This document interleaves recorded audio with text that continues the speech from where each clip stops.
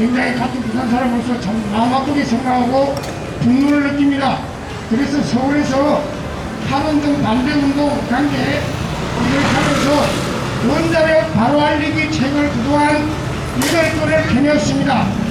우리 최재형 감사원장이 월성 1호기 감사를 지금까지 잘 할 수 있는 데에는 저희들 걸마닥의 원자력 바로 알리기 책이 많은 도움이 되도록 물심양면으로 뒤에서 원자력 바로 알리기 책을 우리 최 원장님한테 드리고 또 궁금할 때는 최 원장님이 전화도 오고 이런 일화가 있습니다. 이런 거는 제가 이야기를 안 하려고 했는데 이왕 우리 최재형 감사원장님이 나라의 큰 일을 하기 위해서 큰 뜻을 품고 있기 때문에 또 현재 감사원장을 직을 떠났기 때문에 제가 이런 이야기를 드립니다. 오늘 제가 여러분들에게 말씀드리고 하는 것은 왜 나는 탈원전 운동에 나서는가 하는 제목으로 이승만, 박정희의 원자력과 김일성의 원자력에 대해서 먼저 설명을 하겠습니다. 우리나라가 분국하고 난 다음에 이승만 대통령이 대통령을 하겠다고 할 때 미국에서 같이 공부했던 미국 전력회사 사장을 지냈던 시슬러 박사가 이승만 대통령에게 이런 말을 했습니다. 야, 너 한국의 조그마한 나라 대통령을 하겠다는데 한국은 내가 알고 있기로는 아무런 자원도 제대로 없는데 어떻게 대통령을 하려고 하느냐 하면서 조그마한 상자 하나를 가지고 와서 그것을 열어보였습니다. 그것은 우리 핸드폰 한 5개 정도 되는 그런 조그마한 상자에 있는 원자력, 즉 이 원자력 가지고 원전을 만들 수 있는 그 원리를 설명하기 위해서 조그마한 각서를 가지고 이승만 대통령이 설명했습니다. 이승만 대통령은 그 설명을 듣는 순간 눈이 반짝거렸습니다. 아, 이거구나. 내가 앞으로 한국의 대통령을 하려면은 정말 머리에서 캐는 에너지를 만들어야 되겠다. 그것이 바로 이 원자력이구나 하는 것을 느꼈습니다. 그래서 이승만 대통령은 그 뒤에 한국의 엄청난 우수한 엘리트들을 미국으로 영국으로 유학을 보냈습니다. 그래서 우리나라 똑똑한 젊은이들이 6.25 전쟁 중에 이르기까지도 미국이나 유럽 선진국에 가서 우리나라 이 원전을 하기 위한 기술을 습득을 하게 된 것입니다. 그 뒤를 이어서 시작한 이가 박정희 대통령이었습니다. 우리나라에 처음에 원전을 가져오고 시작한 이는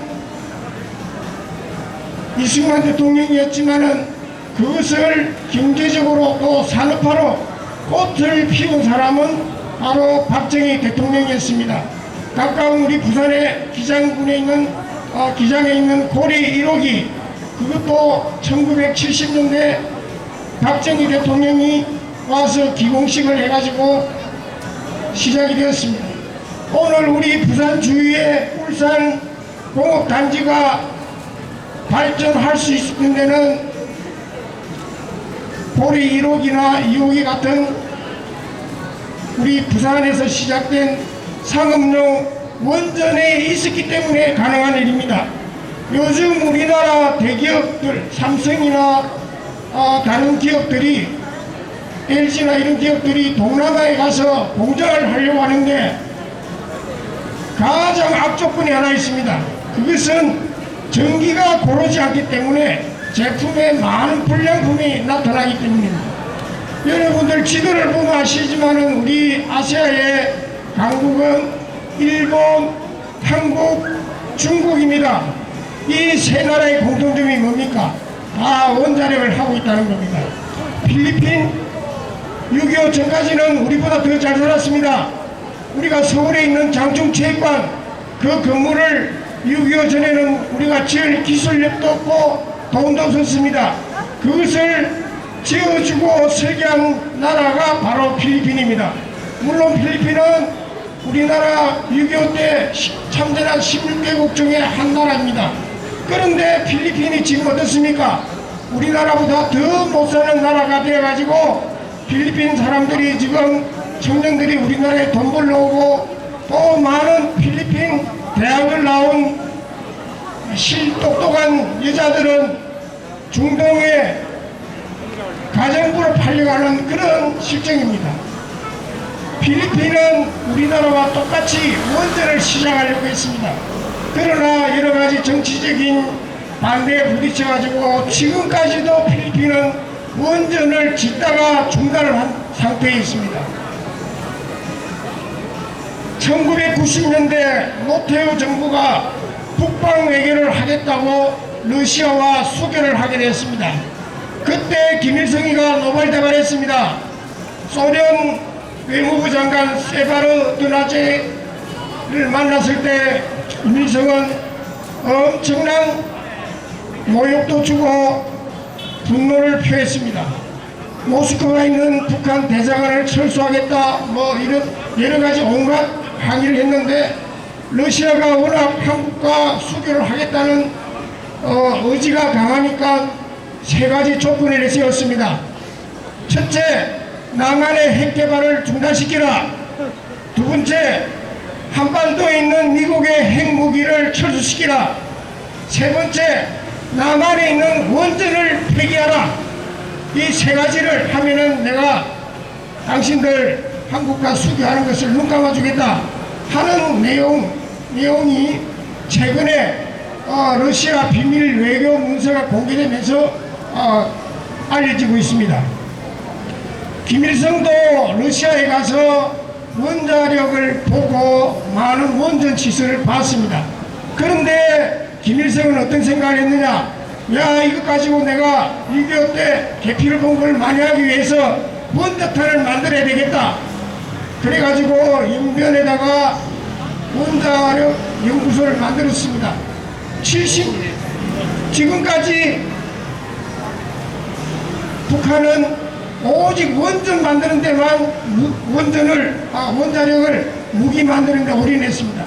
그러다 보니까 지금 북한은 거지 가난뱅이 나라가 되었습니다. 그러나 우리는 어떻습니까? 이승만 박정희 대통령이 시작한 이 원전, 물론 우리도 핵무기를 만들려고 할 때가 있었습니다.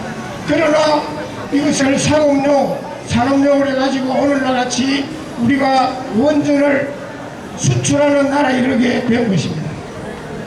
그렇다면 지금 문재인이가 왜 탈원전을 하느냐? 바로 북한의 사주가 있기 때문입니다. 우리가 잘 알다시피 월성 1호기 박정희 대통령이 우리나라 원전을 도입하면서 전 세계 원전 좋은 점을 다 받기 위해서 미국 원전, 프랑스 원전, 캐나다 원전을 다 가지고 왔습니다.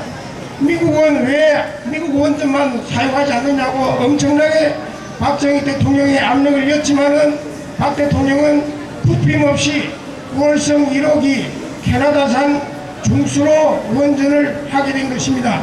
중수로 원전이 뭡니까? 유사시에는 핵무기도 만들 수 있는 그런 시설인 겁니다. 7천억을 들여가지고 박근혜 정부 때 수명 연장을 시켰는데 문재인이가 하루아침에 그것을 폐기시켰습니다.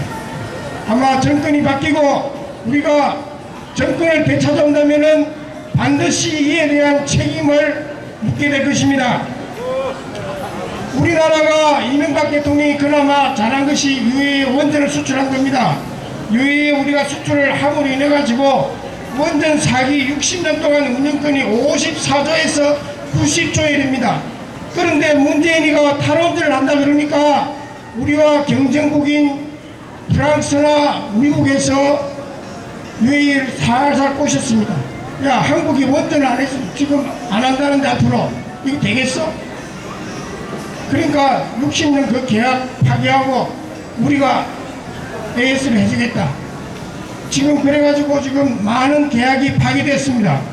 내년에 240명 한수원에서 UAE 파견됐던 한수원 직원 240명이 철수를 합니다. 한수원 직원 한 명이 UAE 파견돼가지고 받는 연봉이 얼마냐면은 영어 좀 할 줄 알고 하는 그런 대학 출신들은 연봉이 3억입니다. 그러면은 240명이 1년에 벌어들이는 돈이 얼마입니까? 520억입니다. 이걸 60년으로 계산하면은 4조 3천억입니다. 그 돈이 지금 날아간 겁니다. 네. 지금 우리가 체코에 원전을 수출하려고 합니다. 체코는 지금 러시아 원전, 중국 원전을 안 하겠다고 했습니다. 코로나 때문에 지금 중국이 전 세계적으로 인기가 없습니다. 그러면 남은 나라가 어디냐? 일본, 프랑스, 미국, 한국입니다. 일본은 후쿠시마 사고로 인해 가지고 세계적으로 많이 인기를 잃고 있습니다. 프랑스 원전 기술, 최근에 중국 강동성에서 지어준 원전이 사고가 생겼습니다. 미국 원전 기술력 우리보다 떨어집니다. 그러면은 값싸고 제일 품질 좋은 원전을 하는 분이 어딥니까? 한국 APR 1400입니다. 진짜 제대로 된 대통령이라면은 김정숙과 싸돌아다니지 말고 체코에 가서 우리 원전 이걸 수주하는데 앞장서야 됩니다.